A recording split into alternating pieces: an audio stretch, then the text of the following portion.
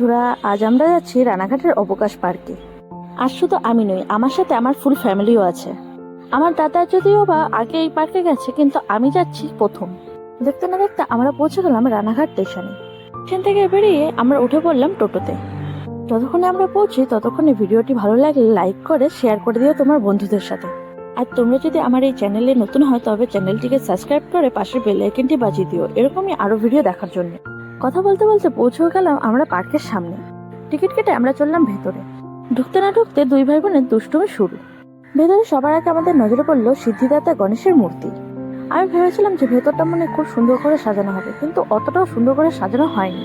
সাথে ছিল সব জিনিসপত্রই বেশিরভাগ ভাঙাচোরা। বাইরে কোনো দোকানপাটি নেই, আর ভেতরে যা আছে প্রচন্ড দাম জিনিসের। সাথে সাইনবোর্ডে লেখা আছে বিক্রির জিনিস ফেরত বা পাল্টে দেওয়া হয় না, তার মানে কোনো গ্যারান্টিও নেই জিনিসটা ভালো হবে কিনা।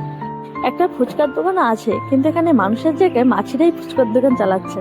যদি সত্যি কথা বলি তাহলে প্রেমিক প্রেমিকাদের জন্য এই জায়গাটা ঠিক আছে, কিন্তু ফ্যামিলি নিয়ে আসার জন্য এই জায়গাটা একদম ঠিক নয়। যেহেতু ওই দিকটাতে অনেক কাপেলরা বসেছিল, তাই আমি আর বাচ্চাদের নিয়ে ওদিকে গেলাম না। তারপর আমাদের নজরে পড়লো এই নদীটি। এই নদীটির নামটা যত সম্ভব আমি জানি না, কিন্তু এই নদীটি মনে হয় বাংলাদেশের দিকে গেছে। তারপর আমরা সিদ্ধান্ত নিলাম পার্কের ওই পাশটায় যাওয়ার। পাশে গান বাজছিল বলে বাচ্চারা শুরু করলো নাচ, কিন্তু কোথা দিয়ে গান বাজছিল সেটা দেখার জন্য আমি যে ঘুরলাম দেখতে পেলাম এই পাথরের মধ্যে দিয়ে গান বাজছে। তারপর বুঝতে পারলাম এটা আসলে ছোট অডিও সিস্টেম। তারপর কিছুটা আগে যেতে দেখতে পেলাম ছোটা ভীম তার সঙ্গপঙ্গ নিয়ে এখানে দাঁড়িয়ে আছে, সাথে মোটু পাতলুও আছে এই জায়গায়। তারপর চোখে পড়লো এই হেলিকপ্টার, যা চলার অবস্থায় নেই। তারপর শুরু হলো কালিয়ার সাথে দুই ভাই বোনের ছবি তোলার পালা। তারপর আমরা আসি পার্কের এই পাশটাতে। তারপর আর কি, মেয়ে বসে পড়লো রাইডে। কিছু কিছু রাইডের জন্য পেমেন্ট করতে হয়েছিল, আর কিছু কিছু রাইড ফ্রি ছিল। তারপর শুরু হলো দুই ভাই বোনের গোল গোল ঘোরা। তারপর আমরা আসলাম স্লিপে, কিন্তু স্লিপটা এতটা উঁচু আর এতটা খাড়া ছিল যে বাচ্চারা ভয় পাচ্ছিল নামতে। তাই বাধ্য হয়ে আমরা চললাম ঢেকিতে, কিন্তু ঢেকিতেও এক সমস্যা, ভাই আর বোনের ওজন যেহেতু সমান নয় তার জন্য ঢেকি চলছে না, তাই ধরে ধরে সাহায্য করতে হলো ওদের। অবশেষে গেলাম দোলনায়, কিন্তু দোলনারও অবস্থা খুব খারাপ, রয়েছে জম ধরে, কখন যে ছিঁড়ে যাবে তার নেই ঠিক। কিন্তু দোলনায় চড়ে রুদ্র বেশ খুশি। তারপর আমরা আসলাম এই জায়গায় যেখানে দিদুনের সাথে মজা করছে দুই ভাই বোন। পাশের দোলনা দুটো ভালো দেখে আমি আর দিদি বসলাম একটু দোলনায়।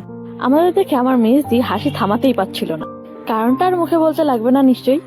তারপর আমরা বসে পড়লাম একটু জিরাবার জন্য। আমরা হাঁটতে হাঁটতে হাঁপিয়ে গেল, ছবি তুলতে তুলতে হাঁপাচ্ছিল না রুদ্র। আমরাও বোধহয় এত রকম ভাবে ছবি তুলতে জানি না। তারপর আমরা আসলাম পার্কের একদম পিছনে, কিন্তু এখানে পুতুলগুলোর অবস্থা খুবই খারাপ। যদি ব্যক্তিগতভাবে বলি তাহলে আমার পার্কটা একদমই পছন্দ হয়নি, কারণ খুব অপরিষ্কার জায়গাটা। এই জায়গায় এসে আমার বদ্দি হয়ে গেছে পাগল, কারণ ও বাচ্চাদের মতো দৌড়দৌড়ি করা শুরু করেছে। তোমরা যদি কেউ এই পার্কে এসে ঘুরে যেতে চাও তবে আসতে পারো, কিন্তু যদি আমার মতামত নাও তবে এই পার্কটি আমার অতটা পছন্দ হয়নি। কারণ একটাই, এখানকার জিনিসপত্রের দাম প্রচন্ড, আর সাথে কোনো পরিষ্কার নেই। এবার হয়েছে আমাদের বাড়ি যাওয়ার সময়। দেখা হবে পরের ভিডিওতে। টাটা।